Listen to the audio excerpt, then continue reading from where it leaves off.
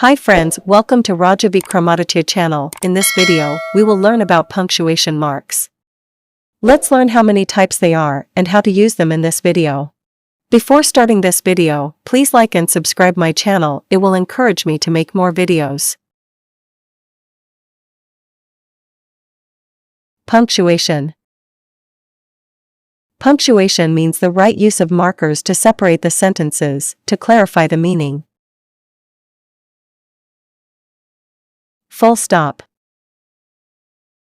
It is used at the end of a sentence that is not a question.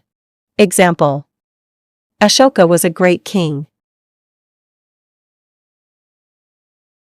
Comma. It is used to separate words in a list, though they are omitted before conjunctions. Example: I like reading books, listening to music, and studying English. Colon. A colon is used to introduce a list. Example: have to choices, finish the work today or miss watching movie. Semicolon. A semicolon is used to link elements of a sentence. Example: daughter is a teacher, my son is a doctor. Question mark. It is used at the end of a direct question and ask a question. Example: where are you from? Exclamation mark.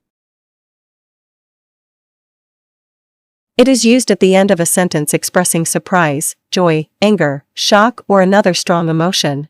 Example: wow! Today has been awesome.